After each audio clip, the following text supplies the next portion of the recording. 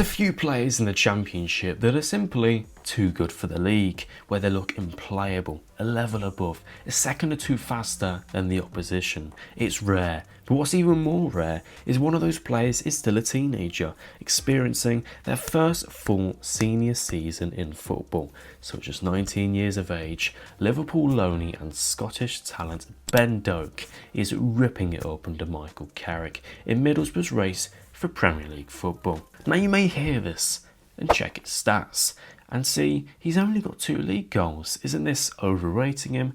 I'd argue no. I'd say watch him, or just watch this video instead. In this video I'm going to talk all things Ben Doak, why Crystal Palace and Ipswich want his signature, where he's utilised under Micheal Carrick, what he flourishes at, and how quality of a footballer he really is. Now Doak has recently hit the headlines for a rejected 15 million bid from Crystal Palace, where it was mentioned that Liverpool value him very highly, and for a fee surrounding the 30 million mark. The Reds believe he's the best player in the Championship, and a lot of people will jump on the train of how extortionate of a fee 30 million is for a player who's just having half a good season in the Championship. But when you watch him and consider how young he is, Liverpool are well within their regard to demand a price that sits that high. They signed him in November 2022 for a fee surrounding 600k, so that would be an unbelievable piece of business for Liverpool. And if they do find themselves in FFP trouble, he's a very easy way out. But he should be appreciated for more than that, because he's a top level talent. Carrick's Middlesbrough set up in a 4-2-3-1.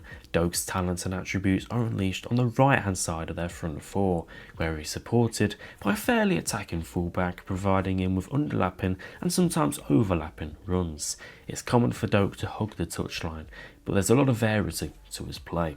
But firstly, let's back my case with some statistics. Doak shares the most progressive passes in the league. Doak shares the second most progressive ball carries in the league, but he also shares the most carries into the penalty area in the entire division, ahead by 24. He's third in goal creating actions and has 41 key passes this season, amongst the best in that department. This tells you of course that he's very progressive, forward going with the ball at his feet, but also that he's extremely direct and efficient. And if he wasn't, he wouldn't be clear by a landslide for carries into the penalty area.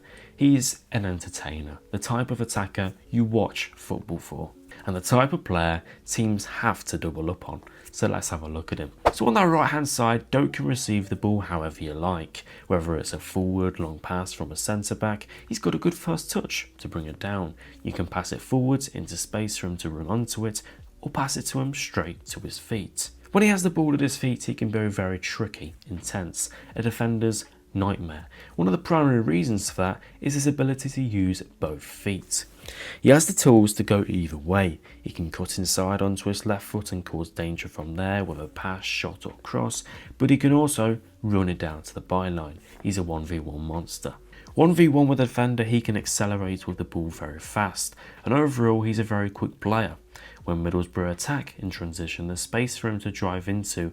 It looks like the video of him running is purposefully sped up to make him look faster, but he is really that quick. But he commonly with the ball looks to slow it down, looks to tease the fullback 1v1 with his left foot before choosing which way to go, and then goes on to beat his man. What also makes him so difficult to play against is his close ball control and agility. By combining quick feet, that control of the ball and agility, it means he can twist and turn his body with mobility whilst keeping the ball very close to him, making his ball retention superb. When he turns, he can hide the ball with his body to the defender and once again go either way and use either foot. But teams will see his ability showcased when taken on a fullback and think, just double up on him, make it a 2v1, which can sometimes work. He may have an off day, but he can problem solve and take 2 players on 2.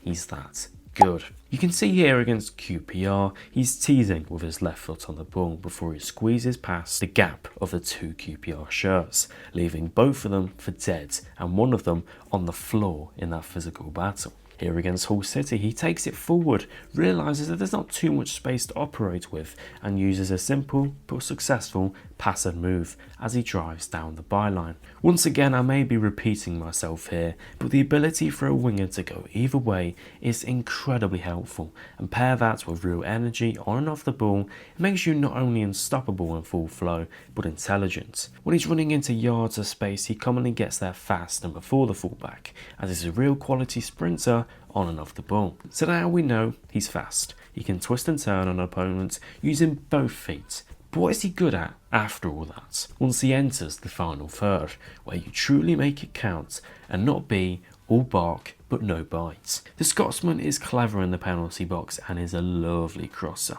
His crosses vary pretty well in height, pace and accuracy.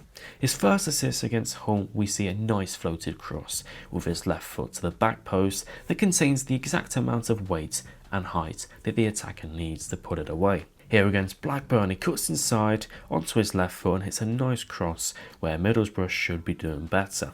His second assist against Hull, he receives the ball with space, drives forwards, cuts inside and finds a nice pass into Conway as he nets Boro's third goal of the day. And against Luton, you can see a perfect cutback with his right foot for Azaz to tuck away. So his crosses vary, and his chance creation tools are nice and flexible for his attackers. In terms of him actually shooting himself, I'd say he's a little inconsistent, which is why he's only netted twice. But I'd argue that's expected. Shooting isn't his primary game and he's very young and still very raw. Other raw and more weak areas to his game are his tendency to go sometimes too rash and aggressive physically when winning back the ball. When it pays off, it's great, it gets the crowd going, but I feel as if he was to continue that in the Premier League, he'd give away a little too many cheap fouls. Another weakness I see at times is him slowing it down. Decision making wise, he's actually pretty good, making the pass at the right time to an attacker or an underlapping run. But with his preference to slow the play down, I think it brings more opposition bodies back quicker, leaving him worse off with a more difficult piece of play to create something with, forcing him to go backwards. But he's 19, what he's doing is incredible. A lot of young talents, when they go to the Championship for their first loan, they fail miserably. Physically, they just don't look ready. So these weaknesses are most likely down to a lack of experience and to his raw nature. Off the ball, I find he's hard-working, energetic, and with that energy I find he recovers distance in good time, meaning that flank is left unexposed, which is good news for any fullback playing on the right side. It contains the ability to tackle comfortably and win back the ball and also intercept, anticipate a pass and give Middlesbrough a nice turnover, and if that turnover is high, then let's just say the opposition are in big trouble. So Ben Doak is the real deal. I can see why Crystal Palace and Ipswich Town are so keen on him. He'd fit in very well at both teams, but I strongly see a spot in that Liverpool team rising for him in the future. So if you're Liverpool and Arne slots, your best bet is to tie him down and ensure he has the absolute best platform to succeed at this football club and the very best pathway to the first team. If you enjoyed this video, make sure to smash a like and subscribe to the channel. What do you think of Ben Doak? Should Liverpool sell him for that pure profit or keep him within the ranks and potentially be that Mohamed Salah replacement on the right? Thank you guys for watching. I appreciate the support recently and I'll see you guys in the next one.